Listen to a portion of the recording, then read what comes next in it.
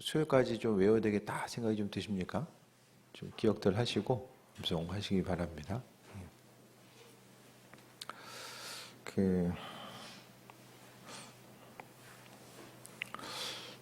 오늘 본문을 보면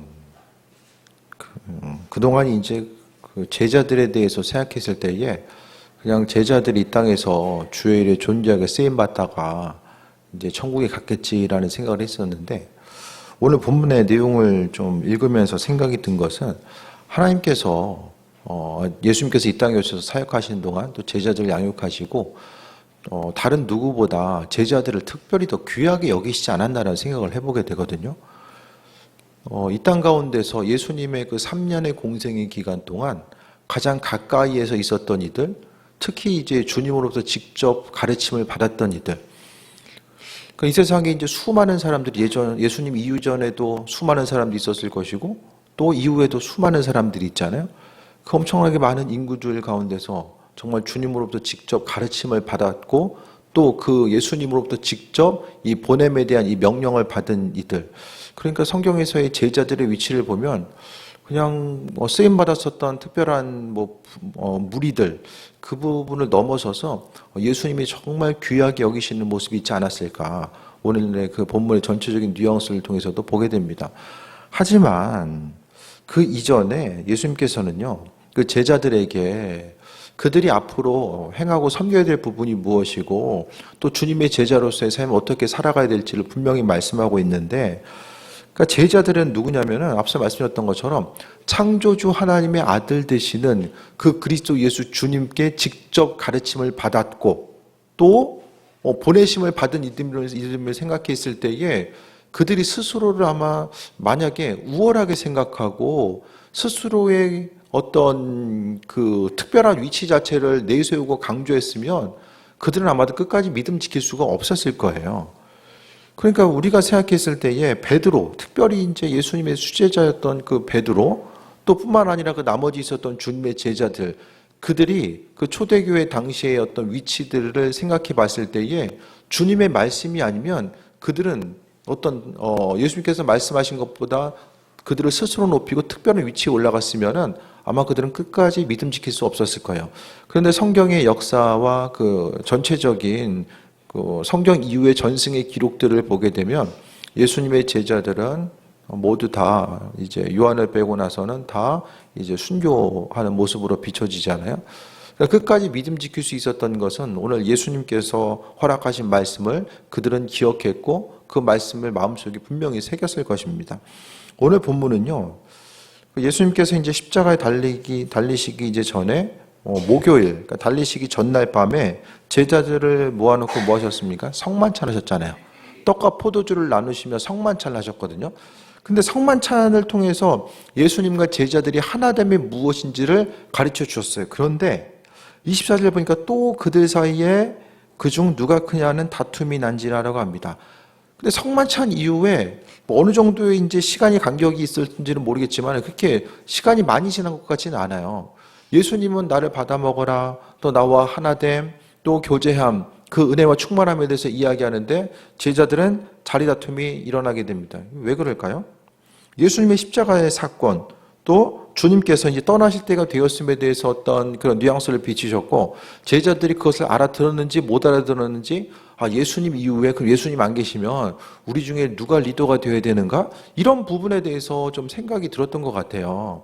그래서 본문 가운데 다툼이 났을 때에 주님께서는 주님의 말씀과 인도하심에 대해서 또 그들의 위치에 대해서 말씀하고 있어요.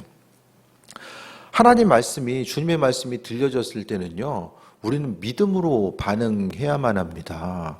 오늘 제자들의 반응은요, 예수님께서 전혀 원하시지 않는 반응이죠. 그러니까 주님의 말씀을 듣고 우리가 반응이 중요한데 반응하는 만큼 하나님께서는 더 깨달아 알게 하시고 은혜와 충만함으로 함께 하시거든요. 성경에서도 보면 수많은 사람들이 주님의 말씀에 반응함으로 인하여서 또 그들이 또 하나님 말씀에 대해서 기억하고 하나님의 은혜와 충만함을 경험하는 거죠. 우리도 이 땅 가운데서요, 성경 볼 때마다 또 큐티 했을 때의 우리의 가장 큰 그 어려움은 뭐냐면은 성경 말씀 이해하는 게 어려운 것이 아니라 그 주어진 말씀 가운데서 어떻게 이제 적용점을 찾고 살아가느냐. 큐티에 있어서 가장 큰 적용점이 무엇입니까, 여러분? 아이들하고 큐티하다 보면 할 말 없으면 맨날 기도하는 게 적용점이에요. 제일 많아요. 제일 많아요. 생각이 안 나면 그냥 그 주제 가지고 기도하는 게 적용점인 거예요. 열심히 집에서 큐티들 나누고 계시죠? 없으면 혼자 계시면 혼자 나누세요, 나랑. 응? 내 이름 불러가면서 혼자라도 나눠야 돼. 그래서 큐티를 통해서 우리가 적용점을 찾고 나아가는 것이 중요합니다. 그래서 우리가 큐티라든지 하나님 말씀, 그러니까요, 우리가 삶을 살아가면서 하나님은 하나님의 방법대로 그분의 살아계심과 인도하심에 대해서 계속해서 비춰주시고 주관하시는데, 그러니까 하나님은요, 그분의 뜻과 인도하심을 반응하는 사람들에게 더 비춰주신다라는 거예요. 그러니까 주님께서 어떤 꿈이나 환상이나 어떤 말씀을 통해 계속 주셔도 그것에 대해서 전혀 반응하지 않고 움직이지 않고 나아가게 되면 어떻습니까? 하나님께서는 더 이상 그 한 사람 한 사람에게 그분의 뜻과 인도하심을 비춰주시지 않는다라는 거예요. 그러니까 무슨 일을 하든지 간에 계속해서 우리는 말씀 앞에 주님의 뜻을 알기 위해서는 뭘 해야 됩니까? 먼저 물어봐야 되죠. 물어봐야지만 하나님께서 또 알려주세요. 그러니까 하나님 말씀하실 때까지 막 기다리지 마시고 먼저 물어보는 거예요. 물어본다라는 것은 듣고 반응하겠다라고 하는 그 의지 자체를 또 이야기하는 거거든요. 그래서 우리가 무엇을 하든지 간에 하나님 음성에 대해서 받고자 하고 알고자 한다면은 우선 말씀 앞에 반응하는 거. 그래서 한 가지 우리가 주님의 음성 앞에 순종하고 또 반응하는 거. 그러니까 말씀 앞에 반응하는 것이 이어지다 보면 하나님 조금씩 그분의 선하신 뜻을 우리에게 비춰주고 인도해 줍니다.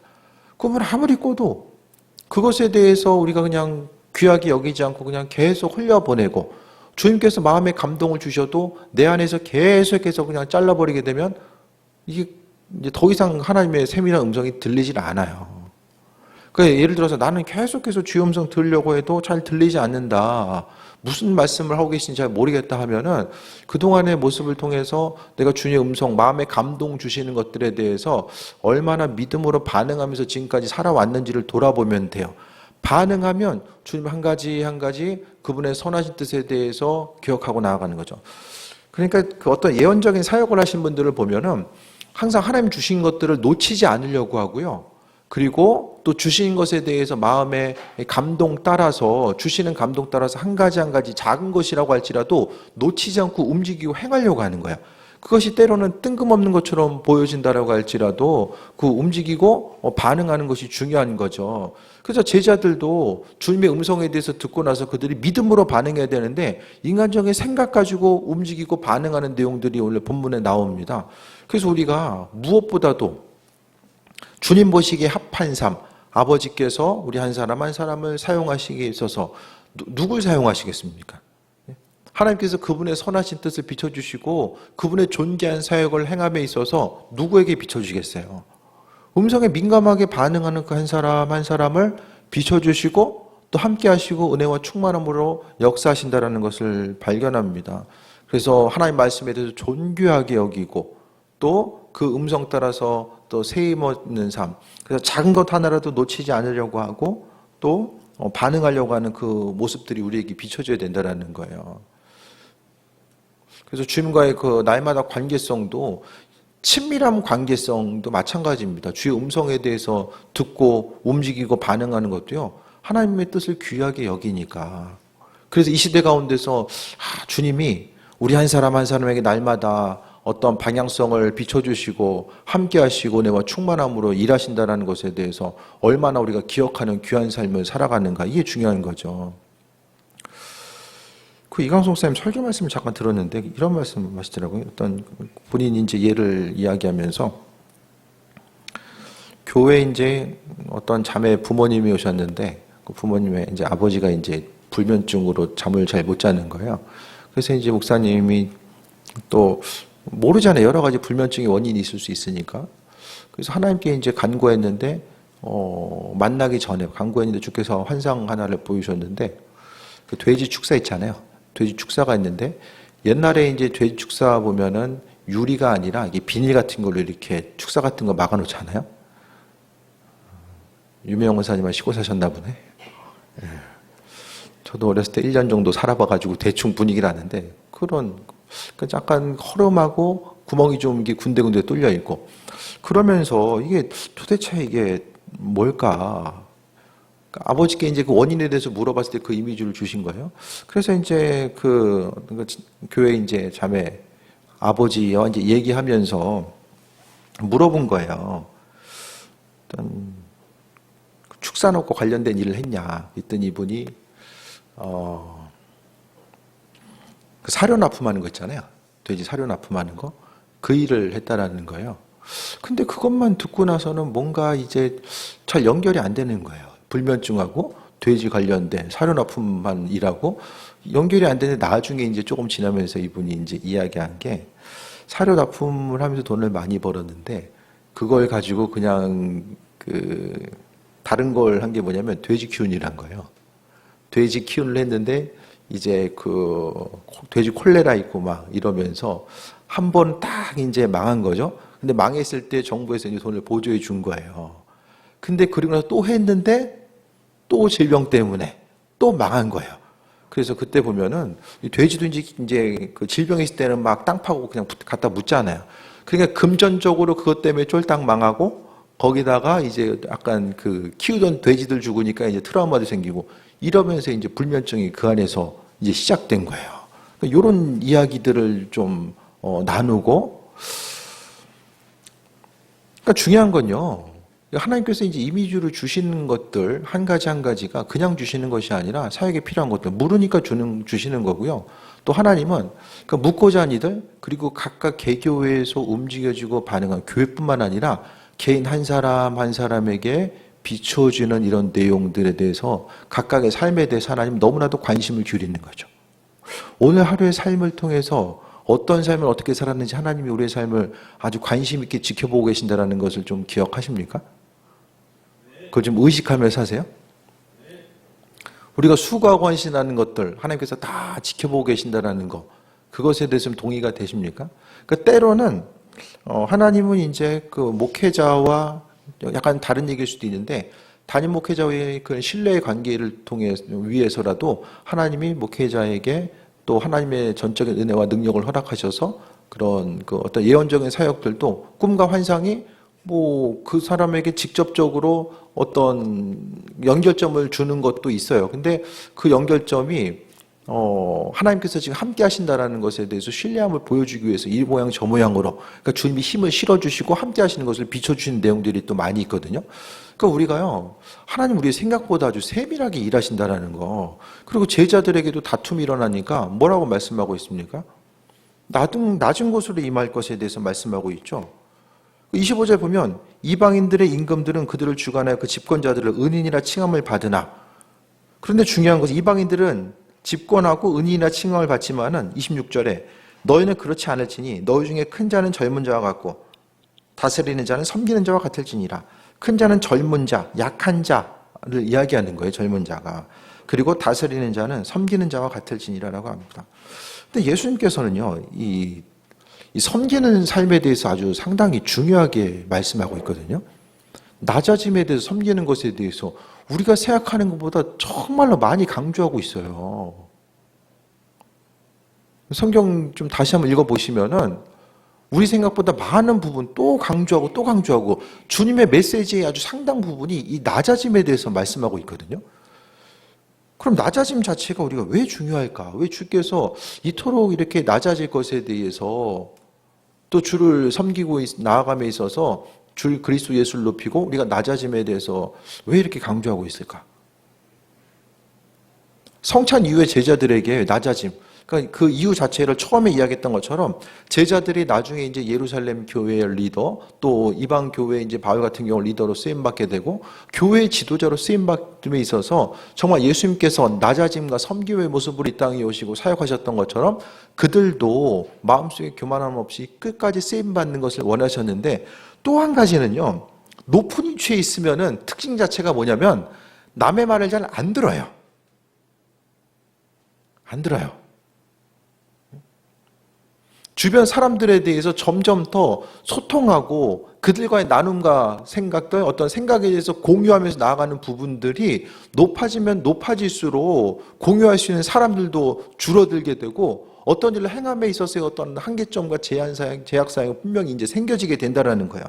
그래서 성경을 통해서 예수님이 왜 이렇게 낮아짐에 대해서 강조하실까? 낮아짐, 또 섬기는 자의 특징은 무엇입니까? 주인의 음성에 귀를 기울이는 것이 섬기는 자의 특징이죠.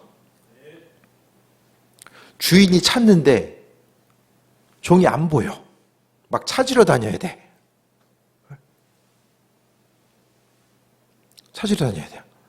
그럼 사용할 수가 없잖아요. 주인의 명령 앞에서 종들이 해야 되는 것은 무엇입니까? 귀를 기울이는 거예요. 어디서 무엇을 하든지 간에 주인이 이야기할 수 있는 그 위치 자체에 이제 존재해야 되는 거죠.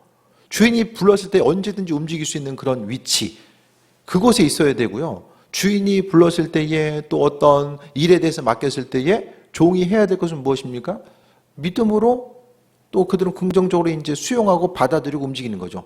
종이 할 수 있고 없고가 아니라 우선은 힘들고 어렵다라고 할지라도 부딪히고 행하는 것이 바로 종된 자의 위치에 있음에 대해서 이야기합니다.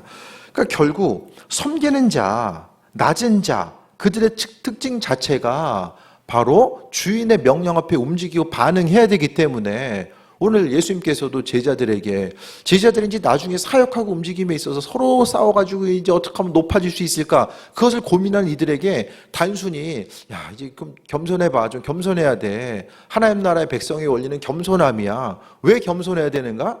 겸손 자체가 사회를 살아감에 있어서 이런 관계성 가운데서 하나의 미덕의 개념, 사람이 사람으로서의 어떤 존재감을 나타내고 또 어떤 도덕적으로 윤리적으로 올바름을 나타내기 위한 겸손이 아니라 성경적인 관점에서의 어떤 낮아짐과 겸손은 바로 하나님과의 관계성, 낮아지지 않으면 주의 음성에 귀를 기울일 수도 없고 그분 음성에 반응하면서 삶을 살아갈 수도 없기 때문에 이와 같이 말씀하시는 것이 아닌가라는 생각을 해보는 거예요. 또 우리에게 있어서 오늘 하루의 삶, 우리 일생의 중요한 순간, 예배의 자리뿐만 아니라 오늘 하루를 살아감에 있어서 하나님은 계속해서 우리의 생각과 말과 행동을 지켜봐 주고 계시고 아주 세밀한 눈빛으로 우리를 지켜봐 주고 계시고 또 우리가 무엇을 행하는지 또 무엇을 행하지 않는지에 대해서 아주 관심을 기울이고 지켜보신다는 거예요. 그건 감시하기 위해서 지켜보는 것이 아니라 정말 우리 한 사람 한 사람을 사랑의 눈으로 지켜봐 주고 계시고 그렇기 때문에 우리와 함께 기뻐하시고 또한 때로는 우리가 행한 모습 자체가 주님이 원치 않는 일들을 행하다 보면 또 아버지께서 또 실망할 수도 있겠지만은 그래도 근본적으로 사랑 가운데 우리에게 관심을 기울이시고 은혜와 충만함으로 함께 하신다는 거예요. 그래서 무엇보다도 섬기는 자로서 예수님께서는 나는 섬기는 자로 너희 중에 있노라 라고 합니다. 그래서 섬기는 자이기 때문에 예수님이 뭐 하셨어요? 궁극적으로 하나님 말씀을 계속해서 받고자 했고 그 말씀대로 움직이고 순종하고 나아갔던 거죠. 결국 그 성경 가운데 중요한 것은 하나님과의 관계성. 그러니까 관계로 모든 것을 이걸 풀어가야 되거든요. 아무리 어떤 신앙적인 열심이 있어도 주님과의 관계가 깨어지고 내가 주님이 누군지도 모르고 주님이 내가 누군지도 모르는 이 안타까운 상태에 놓이게 된다면 그로 인해서의 그 신앙생활의 그 본질적인 것들이 흔들릴 수밖에 없는 거예요. 28절에 너희는 나의 모든 시험 중에 항상 나와 함께한 자들인지요. 예수님이 어려움 당했을 때의 제자들은 함께 있었던 것. 그러니까 그들이 특별히 주님께서 더 귀하게 여기셨던 것은 주님의 고난의 때에 제자들이 함께 했다라는 거고요. 그동안에. 그래서 29절에 내 아버지께서 나라를 내게 맡기신 것 같이 나도 너희에게 맡겨. 하나님 나라를 바로 제자들에게 맡겨준 거죠. 그러니까 지금 우리의 삶은 무엇입니까? 하나님과의 그 친밀한 가운데 있고 그분을 의식하는 삶. 그러니까 이 세상을 살아가는 건요. 우리는요. 하루하루 먹고 살기 위해서 하루를 살아내가는 과정이 아니라 창조자 하나님께서 그리스도 예수께 사명을 맡겨주시고 이 땅 가운데 사역을 맡겨주시고 또 그 사역을 우리 한 사람 한 사람에게 또 주셨잖아요. 우리 인생 자체는요. 그냥 시간의 그 개념 가운데 내 몸을 맡기고 살아가는 것이 아니라 바로 하나님께서 맡겨주신 일들, 그러니까 우리가 교회 가운데 행하는 크고 작은 수많은 일들은요. 하나님께서 우리 한 사람 한 사람에게 맡겨주셨다라는 거, 맡겨준 일이에요. 창조자 하나님께서 맡겨주신 일이죠. 그러니까 주의 일을 감당하기 위해서 가장 필요한 것이 무엇입니까? 종된 자, 섬기는 자의 위치에 있는 것 자체가 우리가 마땅히 해야 될 바라는 거죠. 그래서 우리는요, 주님께서 허락하신 은혜 가운데 귀하게 믿음으로 순종하고 반응하고 움직이는 거예요. 움직인다는 건 무엇입니까? 말씀에 반응하고 주어진 말씀에 반응하는 거예요. 종된 자의 위치는요, 반응하는 거. 이게 되게 중요합니다. 반응하지 않으면요, 관계가 깨져요. 아니, 이 세상 살면서 가장 두려운 게 무엇입니까? 가장 두려운 거.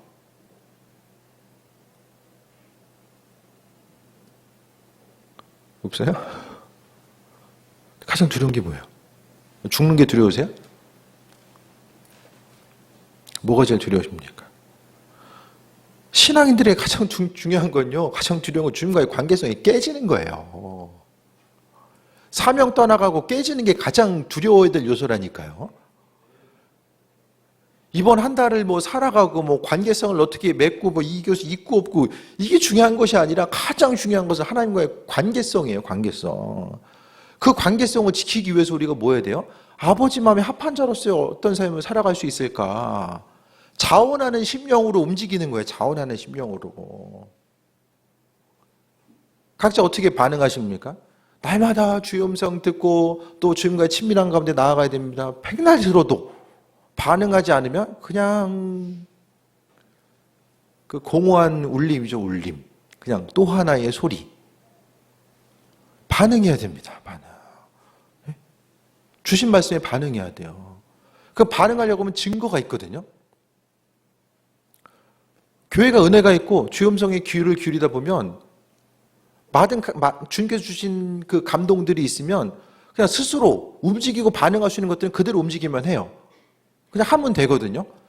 그런데 주님께서 주신 그 마음의 감동이 이것이 맞는 건지 아닌지 그것에 대해서 조금 분별력이 안 될 때가 있거든요. 그러면 교회 리더나 또 담임 목회자와 얘기해서 이 부분이 어떻게 하나님께 주신 것들이 맞는지 또 이 부분을 어떻게 순종하고 반응하며 나아가야 될지 그것에 대해서 이제 이야기하는 거죠. 이 관계성 자체를 어떻게 만들고 나아갈 것인가, 주님과의.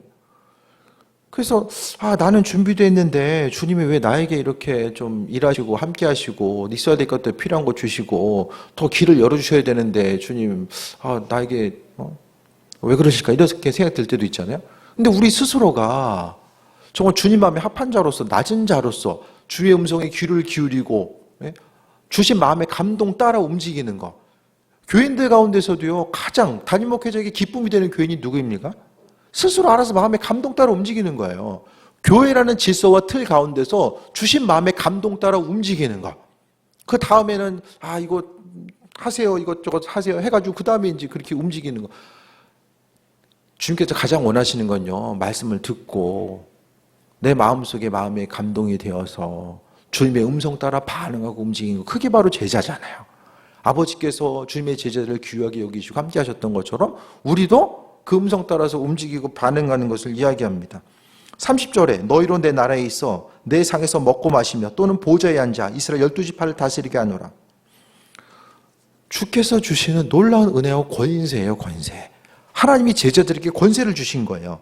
하나님 나라에 있을 뿐만 아니라 상에서 먹고 마시며 왕 되신 그분, 왕의 상에서 먹고 마시는 은혜를 제자들에게 허락해 주셨다는 이 특별한 은혜 자체. 지금도 어떤 사람들에게 낮아짐에 있는 사람들, 이 땅 가운데 힘들고 어렵지만 그래도 주의 뜻대로 마음의 중심 두고 살기 위해서 최선을 다하고 삶의 건강과 또 두려움의 요소, 환경이 여러 가지 어려움으로 다가온다고 할지라도 주님의 음성 때문에 귀를 기울이고 나아가는 것. 그래서 하나님께서 우리 한 사람에게 맡겨주신 사명 자체가 또 교회를 섬기고 나아가는 것. 우리는요, 교회 직분자들은, 리더들은 나 한 사람, 우리 가정뿐만 아니라 교회라고 하는 전체적인 작은 하나님 나라잖아요. 교회 전체적인 것들을 보면서 나아갈 수 있는 부분들이 있어져야 되는 거죠. 주님 사랑하기 때문에 주님께서 머리 대신 이 교회를 사랑하고 움직이고 반응하는 거예요. 그래서 하나님께서 허락하신 은혜, 그러니까 제자들에게 허락하신 상에서 먹고 마시고 보좌에 앉아 주님께서 허락하신 보좌에 앉아서 이스라엘 12지파를 다스리게 한다. 계시록에도 보게 되면은 열두 고을, 그 다스리는 권세 자체, 그것에 대해서 성경은 또 이야기하고 있잖아요. 그러니까 중요한 건요, 하나님은요, 이 땅 가운데 종된 자들, 바로 주님의 음성에 대해서 귀를 기울이고 민감하게 반응하고 움직이고 주님의 인생 가운데 정말 귀하기 때문에 그분을 어떻게 하면 기쁘시게 해드릴까에 대해서 기억하면서 작은 것이라도 수고하고 헌신하고 나아가는 그들 한 사람 한 사람, 그것이 바로 왕의 자녀이고요, 왕의 식탁에서 함께 먹고 마실 수 있는 그 한 사람 한 사람이 된다는 거예요. 세상 작은 거, 눈에 보이는 거, 순간적으로 없어질 그것에 대해서 이 목숨 걸고 살 것이 아니라 정말 하나님 나라, 우린 신앙이잖아요. 그러니까 하나님 나라에 중심을 두고 움직이고 반응하는 거죠. 사단은 그것을 막기 위해서 어떻게 합니까? 31절에 시몬아 보라, 사탄이 너희를 밀가부르듯 하려고 요구하였으나, 이 베드로를 이야기하잖아요.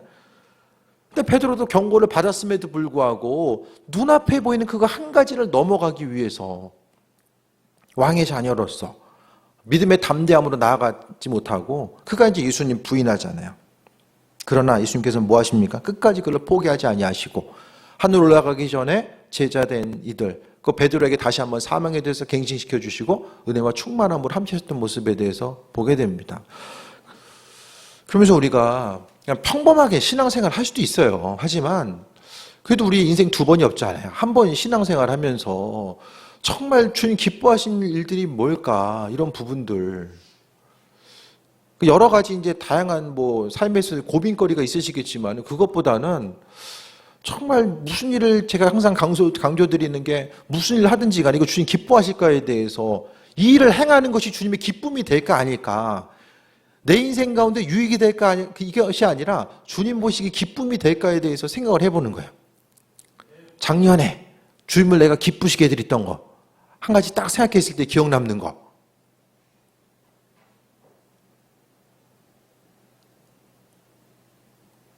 많아가지고 선택하려니까 힘드시죠? 야, 내가 이건 참 주님도 내 생각에도 내가 생각해도 뿌듯해. 주님이 정말 이건 기뻐하셨을 것 같아. 그것이 무엇이든지 간에. 몸을 움직였던, 재정을 흘려보냈던, 무슨 일 하든지 간에 이 일을 통해서 주님 정말 기뻐 받으셨을 것 같은 그런 마음. 그래서 주님이 기뻐하시기 때문에 내 마음도 뿌듯하고 감동이 있고 주로 인해서 세임 먹고 나아가고자 하는 것. 그래도 이 땅 가운데서 주님이 어떤 일을 행하고자 하실 때에 다른 누군가보다도 나를 기억하시고, 부족하지만은 죄인된 나지만 주께서 나를 귀하게 여기시고 은혜와 충만함으로 함께 하신다는 그 기대함과 소망함, 그것이 바로 은혜가 아닐까 생각을 해보게 돼요. 우리가 세상에서 때론 어려움 때문에 주님 이것도 해주시고 저것도 해주시고 또 우리 자신이 또 주체와 중심이 되어서 살아갈 때도 많이 있지만, 그것이 아니라 한 세상 살아가면서 정말 순간순간 아버지께서 우리에게 은혜 허락하신 거, 그러니까 지난 날을 돌아오다 보면은 하나님의 은혜가 아닌 것이 어디 있어요. 전부 다 하나님의 은혜잖아요.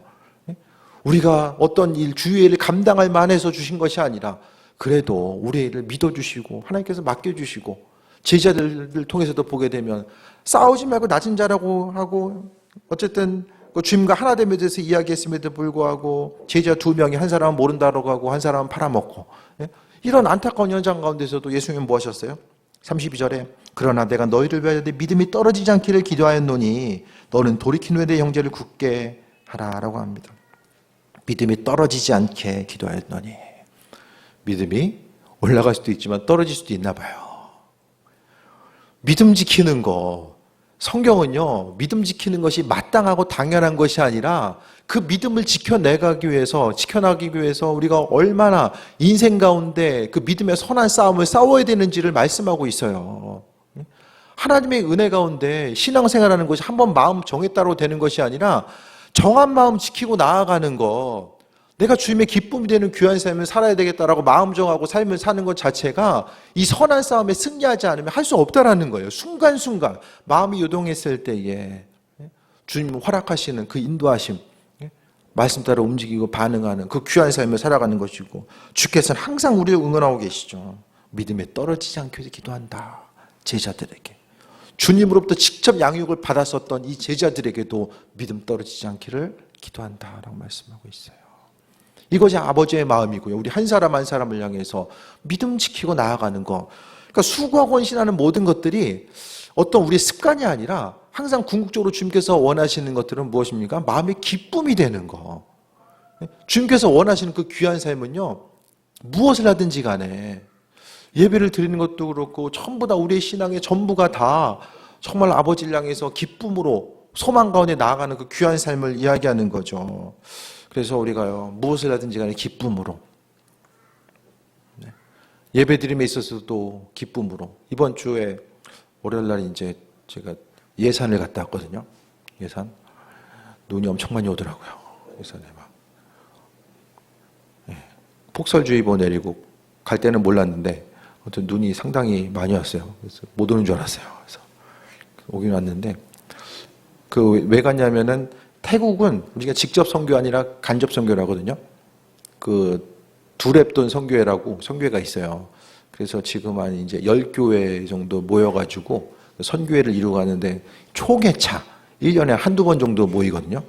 그래서 이제 다 이제 제 후배 둘하고 이한영 목사님하고 저하고 나머지 다 선배님들인데 선배님이 가자고 하니까 어떻게 안 갈 수 없잖아요. 그래서 이제 딱 갔는데 그 선배 목사님 한 분이 이제 그 예산에 있는 시골교회예요. 시골교회에서 이제 그 설교 말씀 전하시는데 이 과부의 두랩돈 설교를 하시더라고요. 그러면서 이제 본인이 어떤 예물을 드림에 있어서도 드리는 기쁨 자체, 이 습관적으로 드렸던 것에 대해서 본인이 회개한다. 이러면서 이제 좀 말씀하시더라고요. 그래서, 드리는 것에 대한 기쁨. 예. 그 기쁨이 우리 안에 있는가? 주를 위해서 몸을 다해서 헌신하는 것도 그 기쁨이 있는가? 나의 만족이 아니라 예수님께서 기뻐하시기 때문에 우리가 마음에 기쁨이 있는가? 예배도 그렇고, 이 설교 말씀 드리는 것도 그렇고, 함께 기도하는 것도 그렇고, 다 좀 기쁨으로. 주님 기뻐하시기 때문에 내 안에 기쁨이 있는 거. 그러니까 내가 주를 위해서, 그리스도에서 주를 위해서 작은 것이라도 움직이고 반응할 수 있다는 것 자체가 정말 기쁨과 소망이 되는 거. 이 두랩돈도 얼마입니까? 2,000원, 3,000원이에요. 근데 예수님께서 얼마나 기뻐하셨어요. 우리의 작은 헌신을 통해서도 주님이 기뻐하시고 또 그 은혜 가운데 삶을 살아가는 거. 그래서 무엇보다도요, 계속 좀 이 사람끼리도 마찬가지로요, 가장 힘든 건 소통이 안 될 때 가장 힘들잖아요. 만남과 모임 가운데서도요, 소통이 안 될 때가 가장 힘들잖아요. 근데 이 힘든 과정이 주님과의 우리의 관계성 가운데 소통이 되지 않음으로 인해서 문제가 생기면 이것을 깨달아 알고 나아가는 것 자체가요, 우리가 순간순간 귀를 기울이지 않으면 생각보다 어려울 수 있다는 거예요. 그래서 주님은 우리에게 항상 말씀하시고 또 말씀하시고, 왜? 소통하기 위해서. 우리가 믿음 잃어버리고 또 믿음이 떨어지는 그 순간에 주님께서는 계속해서 말씀하고 싶어 하시는 거예요. 삶에 있어서의 방향성, 믿음의 방향성을 온전하게 가지고 나아갈 것에 대해서 아버지는 계속해서 말씀하시는 거죠. 그 이후에 우리는 믿음이 떨어지지 않기 위해서 우리는 마음의 중심을 둬야 되고, 그 다음에 돌이킨 후에 내 형제를 굳건히 하라. 우리는요, 우리 한 사람 한 사람을 생각하고 끝나는 것이 아니라 주변 누군가를 향해서 돌아보고 연약한 형제 자매들을 향해서 그들을 세워주고 나아가야 되는 그 사명 또한 우리에게 맡겨주신 것. 예수님께서 그분의 사명을 우리 한 사람 한 사람에게 맡겨주셨다는 것을 말씀하고 있습니다. 그래서 무엇보다도 주님의 음성에 대해서 귀를 기울이고 낮아짐. 왜 주께서는 이토록 낮아짐에 대해서 말씀하셨을까? 낮아짐에 대해서 왜 이렇게 강조하셨을까? 저는 주님과의 소통함 때문에 이런 것이 아닌가 좀 다시 한번 돌아보게 되고요. 제자들을 사랑하셔서 너무 귀하게 여기시잖아요. 한 식탁에서 먹게 하시고 고을을 다스리는 권세도 하나님께서 정말 조금 있으면은 배신하는 그 제자들에게도 이런 약속을 해주시고, 우리를 향해서도 여전히 기다려주시고, 그 기다림이 언제까지 될지는 모르겠지만 그래도 기다리고 계시고, 은혜와 충만한 가운데 함께 하신 그분의 사랑, 이 땅 가운데 주님을 기쁘시게 해드리고 그분의 음성에 귀를 기울여야 될 충분한 이유가 되지 않나라는 생각을 해보게 됩니다. 삶에 있어서 너무 바쁘고 분주함 때문에 예수님 잊어버리고 내 생각과 내 뜻대로 움직이고 반응하는 것이 신앙의 여정이 아니라 끊임없이 낮아짐으로 주의 음성 앞에 귀를 기울이고, 사무엘이 하나님의 음성이 들렸을 때에 그 응답하고 반응했던 것처럼 우리들 역시 우리가 믿음으로 응답하고 반응하는 만큼 주께서 마음에 감동 주시는 것에 대해서 작은 하나라도, 정말 조금의 분량이라도 우리가 반응했을 때에 반응하는구나, 음성 앞에 반응하는구나, 이 반응하기 때문에 다른 방향으로 또 말씀하시고 또 말씀하시고, 예레미야에게 아버지의 하늘의 그 신령한 비밀들, 그 놀라운 비밀들에서 말씀하셨던, 예레미야가 반응했기 때문에 하나님께서 더 말씀하신 거거든요. 우리도 주님의 음성 앞에 반응하고 있는가?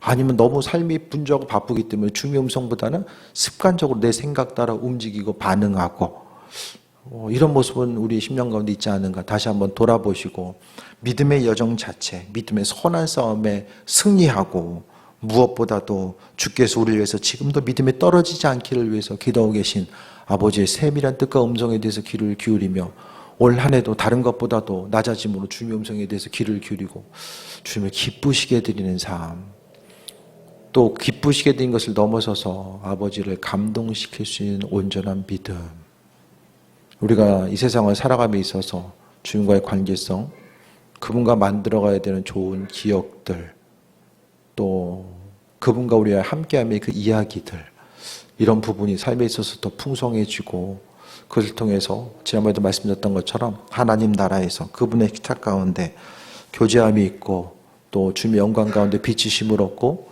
또 믿음으로 승리하는 귀한 삶 되시기를 축원드립니다. 기도하겠습니다. 아버지, 네, 감사드립니다. 오늘 제자들에게 낮아짐과 겸손함에 대해서 말씀하셨고, 또 믿음을 지키는 것, 또 믿음을 지키고 돌이킨 후에 다른 누군가를 향해서 섬기는 것도 말씀하셨습니다. 하나님 말씀 앞에 우리가 날마다 반응하게 하시고, 순간적으로 흘러 없어질 세상 영광에 중심 두지 않게 해주시며, 오직 생명 되신 그리스도 예수 주님의 마음속에 간직하고 그 음성 따라 반응하는 귀한 삶을 살게 하여 주옵소서. 주님, 우리를 사용하시니 감사합니다. 영광 받으시옵소서. 예수님의 이름으로 기도드립니다. 아멘. 학생부 또 수련회 기간 중에 있습니다. 또 아이들 또 은혜 받고 또 예수님 만나는 귀한 시간 될 수 있도록 또 함께 기도해 주시길 바랍니다. 우리 복음성가 159장 찬양하고 기도합니다. 159장입니다.